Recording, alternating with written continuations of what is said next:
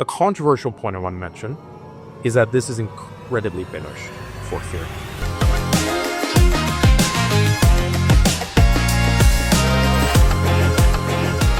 Welcome to Coordinated live from Token Dubai. So this is the first of many podcasts which we'll shoot in the Token Week. We'll interview the big brain EigenLayer founders, and also we have few builders, founders, and other people who will be beyond the Eigen ecosystem. We're kickstarting with Lagrange founder Ismael. I think you guys already know him. He has been to the podcast before. It was a crunch time when we did last time, but we make sure this time we have a decent time and we can deep dive into ZK AI, which is the recent area of focus of Lagrange, and also like Ismael thoughts about the latest Lagrange developments in ZK across AI in general. So welcome to Coordinated. How are you doing? Satyaki, thank you so much for having me. I think this is the best podcast in the Eigen Eco, and I always am excited to watch new episodes you put out. I think you've talked to everyone in the Eigen Eco at this point, all the founders, all the EigenLayer people. And so I'm glad to be on it again. The last one was a lot of fun, so thanks for having me. Super thanks. I think, as you mentioned, I think we talked 4-5 months back, almost 2 quarters back. I think after that like lots of developments have happened. The ecosystem has also kind of changed. We had Trump, we had markets going up and then we had it down. I want to know, like from Lagrange's perspective in the last 2 quarters, if you can just touch base on things, what are the new areas of focus or what you guys have achieved? We all know that pretty many things have happened, but just want to know from you a quick rundown of things happening in the last 2 quarters. Yeah, so Lagrange is a ZK company. And I say that very broadly because Lagrange has in its history targeted a number of key areas of zero-knowledge research, zero-knowledge application, and zero-knowledge use cases in the space. We did work with cross-chain interop and verifiable cross-chain interop. We did work with ZK co-processing with an SQL-based co-processor. And we've announced and done work with a lot of roll-up teams as well. Recent announcement, up to 75% of ZK syncs proven demand will be done with Lagrange over the next 2 years. So we did a lot of things at ZK that we've announced. And Lagrange has recently shifted to a new application in ZK that we've put a large amount of resourcing and research into. And that is zero-knowledge machine learning. We announced a library, dopamine, that we're seeing a large amount of traction on. That is the most performant, the fastest zero-knowledge machine learning library in space by a very wide margin. We had benchmarks originally that came out that said we were 150 times faster than our closest competitor. That's an independent benchmarks came out that said we were 700 times faster. So we'll see. 80 with 3 orders of magnitude, maybe we're firmly 2 orders of magnitude, but whatever it is, dopamine is hands down the fastest zk library in space until it got. Awesome. I think we'll deep into all things Lagrange and ZK and stuff, but I'll take a little step back. Yeah, and to start with the current state of ZK. As already mentioned, Lagrange is primarily a ZK company. I think ZK is in trends for a very long time, especially when Ethereum and Vitalik has actively mentioned in the past that, okay, we want to follow the ZK roadmap or ZK way of scaling. I think that is it became very inevitable a couple of weeks back when Vitalik just proposed that we want to end up revamp the EVM architecture with a RISC-V. And what I understood, deeping dive into the proposal he shared in a few other blogs and stuff, that the main reason for adapting the RISC-V architecture is the facility it provides to in ZK computation. Maybe producing proofs, which is kind of low in cost, maybe the fast time producing proofs, because as we all know that EVM is not that capable to do all those stuffs.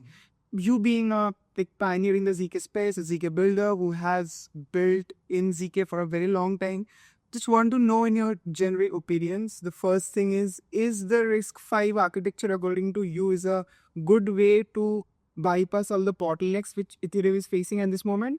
And number 2 is RISC-V architecture is a good thing for the ZK-based application or ZK-based improvement which Vitalik is proposing? Yeah. So I think there's a couple of very interesting points related to Ethereum's proposed transition to a RISC-V execution. Firstly, there is a question of native execution, not involving ZK money mine. That RISC-V execution is apparently substantially faster than running EVM execution. I'm not a compiler engineer, so I can't necessarily opine on that accurately, but apparently that's what I've read at a few places. The thing that we can talk about is that it's a lot more performant to prove a RISC-V execution environment than it is to prove the EVM execution environment. Which means that any type of transition to make Ethereum with zkL1, the bean chain proposal, all of that is going to be a lot easier and a lot more performant if the EVM execution environment is RISC-V. The Ethereum execution environment is RISC-V. And the third point is about proof verification on the L road, right? One of the issues that you have on the L1 right now is a lack of precompilers of first support. So you have to target this gross16 over BN254 star for verification for almost any type of proof for generating. So you can generate a GKR proof where you proof, but you have to wrap it in this gross16 SARC over BN254 if you want to verify YOLA. Same thing for a lot of the start-based constructions, have to always try to target that gross16 start to verify YOLA. When you move to a RISC-V execution environment, you actually open up the design space to the verification. You can start writing precompilers of first support in Rust that allow you to start taking very expressive ZK-proven applications and verify those packet check. So there's a few angles of this proposed tackles, all the way from native execution through the performance proof generation of the execution environment, all the way through till verification layer and verification environment. All of that improves in theory. But a controversial point I want to mention is that this is incredibly bearish for Ethereum. Mm-hmm.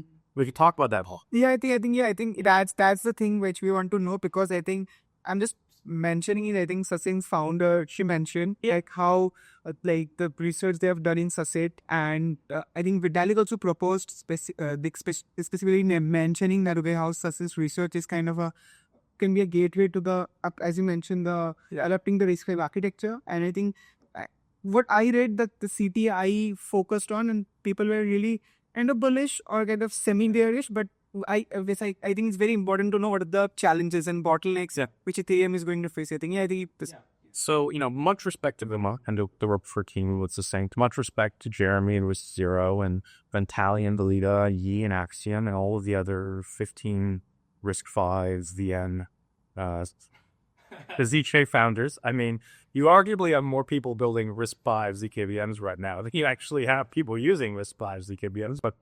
But all that notwithstanding, I think the big concern that I have over this is Ethereum as an asset is only investable insofar as there's clarity on technical direction, there is stability on the underlying architecture, and there is performance in the base layer for people to build applications. Right? What this is a science project. We are getting a bunch of really, really smart people together to start proposing radical shifts to L1 architecture that will not happen in the next 5 years, that effectively are just trying to get interesting people to talk about interesting stuff. There is no urgency, there's no practicality in this proposal, nor is there any timeline on to re-implement. And so if you're an institution and you're looking to try to build a large position in a crypto asset, you have to ask yourself, am I going to invest in something with unclear technical direction, massive underlying technical risk in shifting from emerging technologies, and no clear performance of the L1 to handling the majority of applications people want to build? Or am I going to invest in something tests fast and usable today? That's the problem of this patent proposal, right? For Ethereum to be competitive, it has to be fast and usable today. I want Ethereum to win, but it has to address those key areas. Yeah, I think that's the conversation you want to take forward. I think, I don't know, it can be ZK, it can be without ZK. As they keep on mentioning, and we are discussing that Ethereum kind of took, I think 3-4 years back, the ZK is the endgame of scaling for Ethereum. I think Vitalik and I think Justin Drake also, they kind of following that map, and then they're consistently integrating ZK in their roadmap. But it's one to know, I think personally, me also, I also want Ethereum to win. Not because of I hold Ethereum bias, but because I think I started myself from Ethereum, during Ethereum docs. I kind of align with the fundamentals of Ethereum and what they believe in. But I think, again, we have to address, as you clearly mentioned, that I think we need to have a clear roadmap and we need to have a practical roadmap. And I think the proposal that I've seen, I think it's Vitalik or somebody mentioned that it can take till 2030, which is way beyond the current timeline to kind of implement that stuff. So want to know your opinions. we all are quite aware that Ethereum has scaling challenges. The foundation itself want to scale the L1, but what can be your proposed thought? Like, what could have you proposed to kind of scale Ethereum, and in that scaling, does ZK fit in? Want to your opinions on that? Yeah, I would say in a very controversial take for a ZK founder, ZK does not fit in on the immediate proposal to scale the L1. You scale the L1 through making an alteration of the underlying consensus where you have reduced the number of validators. You're going to increase the stake limit. And you're going to try to bring Ethereum's consensus down to a faster architecture that is more performant today, right? You look at Solana, you look at Miston or Sui, you have chains that are performant today. That's the problem that people have with Ethereum right now. And I think ZK is the midterm and the long-term answer for a lot of chains, including Ethereum. I don't think it's a short-term answer.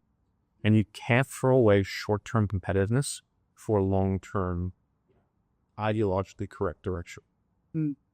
Awesome. I think that's the main takeaway from the first part of the question which I asked, because everybody has been bullish of that ZK space, and I think most folks, they haven't spent time enough in ZK because it's again is on trends, and as you mentioned, yeah, because of Vitalik proposing about ZK, many 15 founders are popping up and saying here we are ZK, we have aligned and all those stuff, everything. But I think coming from you, the bottlenecks of ZK, it's like that's what I want to put in the VR section. So let me add something. This is a very controversial take.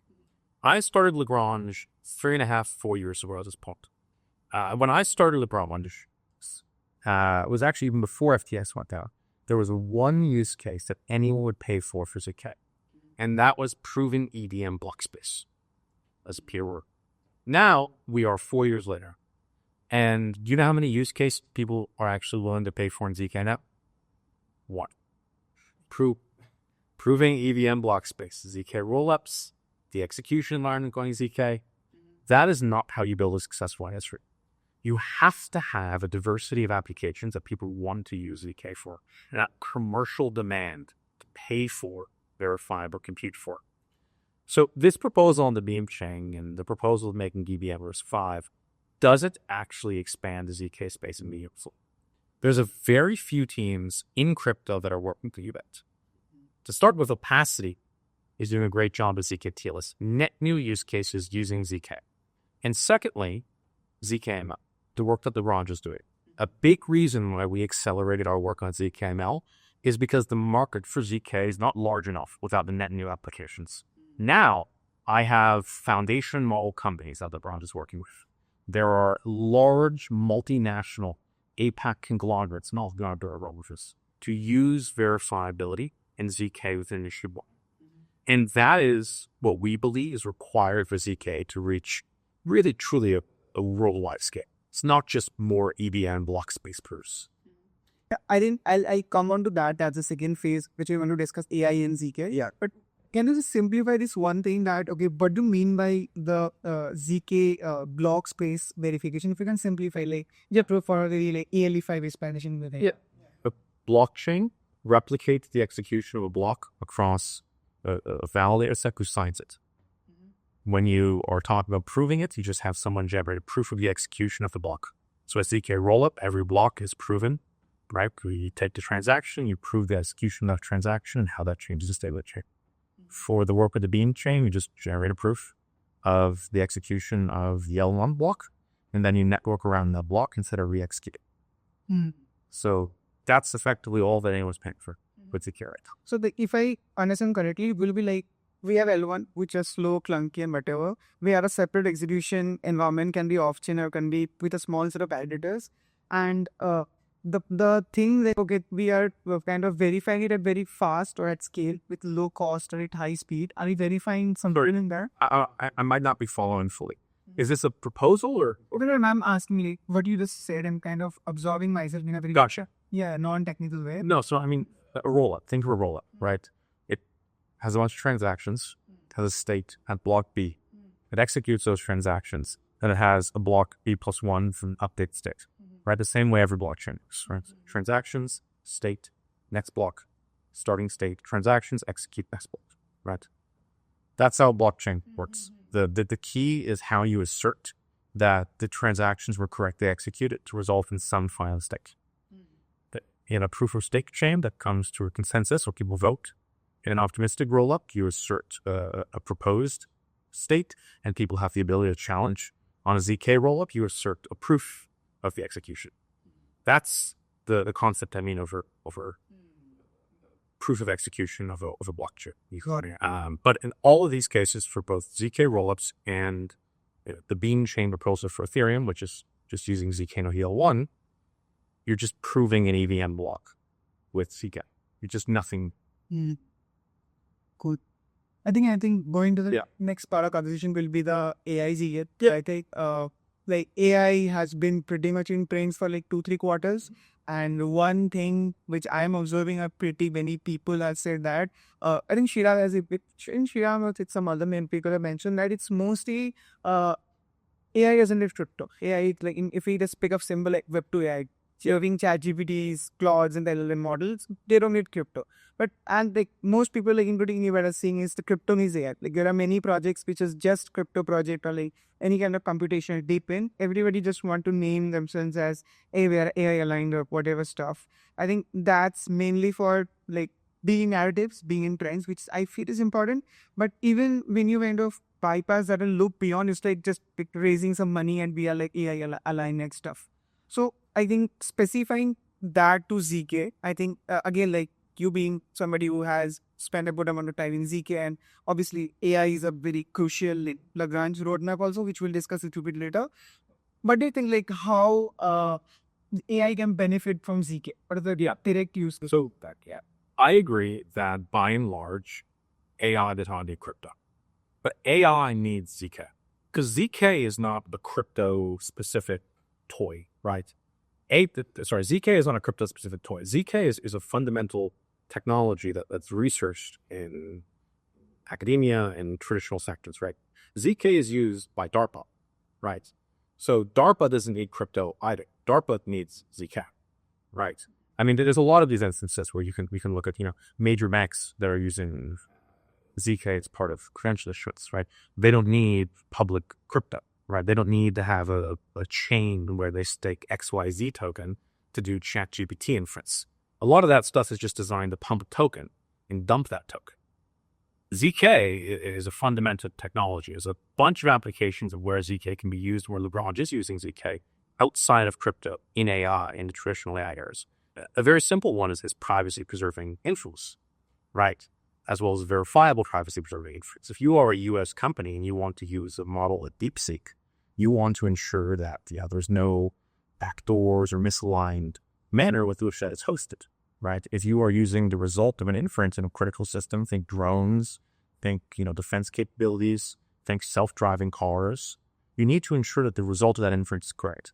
And that's just very simply the input flow. Now think about explainability, interpretability in areas where you're trying to prove the lack of hallucination of the model or other properties about an inference, right? Alignment and inference. ZK is incredibly relevant there to be able to have a succinct proof that the output of the model is correct with respect to what the intended output is. And then you also can say, okay, well, where is ZK relevant for something like fine-tuning or something like fairness, right? How can you prove that a model that's being used doesn't have some inherent bias, right? You can tell me that you've developed some great refining, some great model for healthcare purposes, and that has no bias for any one of the different race, gender, sex, etc. But I have no way to believe that. And if you're using that model for a diagnostic capacity, there's a major risk if it has inherent bias. This is where proofs of fairness come in, right? You effectively can run a fairness protocol where you run a bunch of inferences over a predefined input set, and you prove that the output of all those inferences doesn't have some bias against it. There's a lot of things where you can use ZK within machine learning and within AI that is fundamentally accretive to the underlying area instead of this extractive crypto nonsense where you're trying to just pump your own token. And those are the use cases that Lagrange finds very exciting and why we're seeing so much traction from Web2 companies saying, can we use ZK in our tech? Awesome. I think if we kind of think from a very basic standpoint, which is relevant for a normie, let's say there is ChatGPT, right, which everybody I think is now familiar with, which is going to listen or watch the podcast. Just if you can simplify how ZK will make a better version of ChatGPT, or how ZK will improvise the current problems which ChatGPT has. So your self-driving car will crash into a wall and kill you and your family. I think that's a good way to think of it. The defense system that your country relies on won't be compromised by a third party or malicious actor, right? There's a lot of things, right? The model you're interfacing with won't be stealing your data. There's a lot of things that are fundamental. Cool. I think now I think the crucial the thing which you just started the discussion with, the Lagrange proof, right? Which I think Lagrange research is focusing pretty much. Research has been done. As you mentioned, the benchmarks are significantly much better than the other protocols are up to now. So want to know a little bit about, like, to start with, what is this B-proof Lagrange, and what are the key areas of focus of B-proof, and how protocols and projects and developers can use D-proof to kind of make better AI applications? Yeah. D-proof adds verifiability to your app. Simply put, you have mathematical verifiability that the inference that you are asserting somewhere or using somewhere has correctly come from the right model, and you optionally can have privacy over the input data used for that inference. Mm. And like, if you can like cite some examples, let's say like some developers who's listening or watching the podcast. Yeah. And like, you want to embed an LLM into a vault, right? And you want to be able to connect to an endpoint and say, hey, buy me ETH on this chain, and then LP that ETH into a Uniswap tool. And you want the LLM to be able to, or fine-tune LLM to correctly generate the transactions used for that. And you don't want there to be some intermediary actor who goes, I can rug Satyaki by just sending you the wrong transaction, right? So that's an example. There's actually big wallet companies that were working on this. Another great example is DeFi, right? You have $100 million in a vault on chain with a protocol parameter being manipulated by the ultimate inference. How do you ensure that, third-party actors can change that and rug the vault, right? You need correctness of the inference being used to alter the protocol parameter. And that's what you get from ZK. I think you told a couple of examples, but can you just see a couple more, like, just examples, so that I think devs can think more and they can spoil stuff on it, which you could take personally, which excites you, the examples and yes. Yeah. So I mentioned the wallet. I mentioned DeFi. Another one is deepfakes. This is the one that's both Web 2 and Web 3, right? Once you could have a classifier that can say, hey, this image isn't deepfake. This image doesn't contain illicit content. This image doesn't contain not safe for work content. This image doesn't contain portrayals of violence or weapons. You can actually generate proofs of classifiers over top of the image and then embed the resulting proof within the metadata of that image. So I can send you an image, and before it's displayed or rendered for your kids, for your family, anything, you can check that there's proofs that have correctly classified this as being appropriate. And so you can fundamentally change the entire nature of content moderation on the internet and the entire world, both decentralized and centralized, by actually having images and content being able to self-assert that they are, met some criteria. Massive application. Another use case that I think is personally exciting is defense. How you can use the results of zero-knowledge proofs from AI systems as part of defense capabilities, right? You can look at Palantir and Dorel, and large portion of their architectures are reliant on AI. That's used for decisioning, and then for, resource mobilization. And with ZK, you're able to ensure correctness of resulting AI, or the AI is input for a lot of those defense-related capabilities downstream. Awesome. Yeah. I think that kind of give us an overview of like AI ZK, and what I personally derived is, I think, which namely the EigenLayer ecosystem as a whole promotes that AI needs verifiability for obvious use cases, and ZK is one of the best ways to kind of show the verifiable mechanism. And yeah, I think, as you mentioned, the deep proving parts of Lagrange, Ethereum part. I think moving to the third section of our discussion is EigenLayer. Yeah. I think I love Bottlenecks. I think As hopefully everybody does. obviously I think you are pretty much loved in the Eiger ecosystem, starting from Shira on Nida, everybody loves. I'm top 5 EigenLayer pulls. And I think coming to that, I think one important question is I think till now EigenLayer has largely been pursued with a restring protocol, and many I talked with has perceived, hey, it's like you just, there is a restating thing, you had it, you get more in terms of returns. But now we are seeing it's much more than that. You guys are the pretty first who kind of figured it out and did a bunch of cool stuffs. I'll be specific to the question is how Lagrange is using EigenLayer at this moment. Like, what are the I know you have 30 like state committee areas, that is prover areas, but I want to drill it down to the AI and ZK part. Since now we're discussing, want to know that. And the second part of the question is, in the person who is building in ZK and AI area, how they can use EigenLayer. Yeah. I would say, so firstly, if you're the only people building in ZK AIs is us and maybe one or two other teams that are building meaningful libraries. I would say people should generally just use those libraries. Going down to first principles and trying to rebuild a ZKML library is fundamentally very hard. We have a very large research team led by Baz Montek, who's our chief scientist. He's one of the directors of the cryptography department at Yale. We have a very large team of researchers, academics, and industry researchers as well, who focus on this implementation.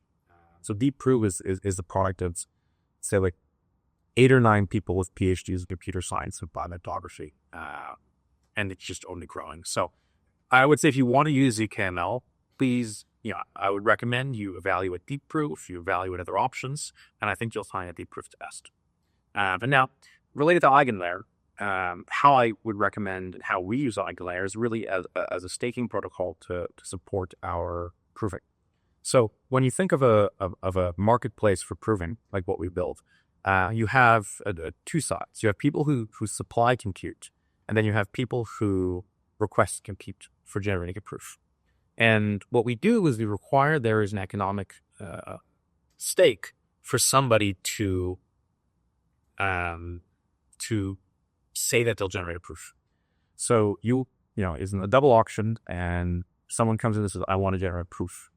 I want someone to make me a proof of some inference. And then the other side of the market says, hey, I'm Coinbase and I'm willing to generate a proof for $1.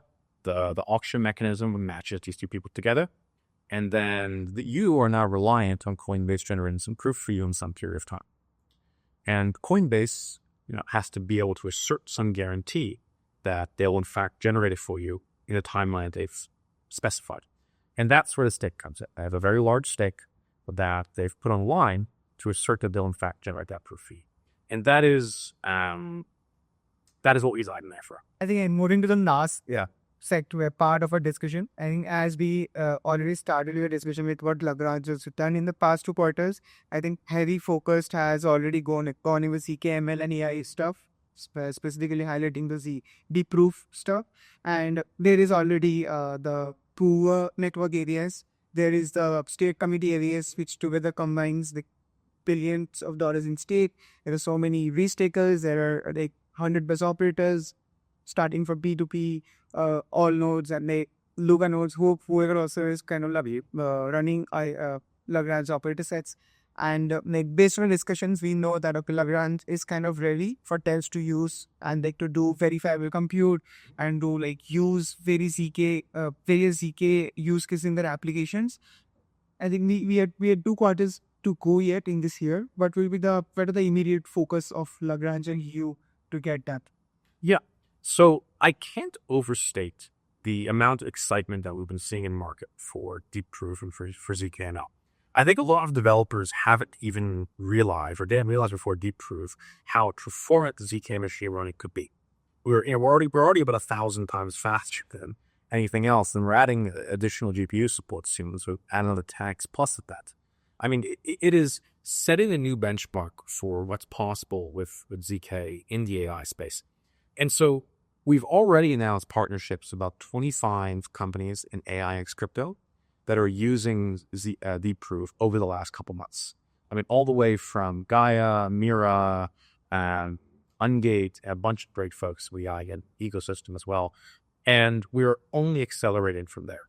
I expect this year that anyone watching is going to see some foundationally exciting announcements from Lagrange with major Web2 companies that will be embracing Lagrange's deep proof stack as part of actual, major products that they have already in their suite. We're going to see basically the field of ZK reach beyond crypto and start actually populating use cases in traditional sectors.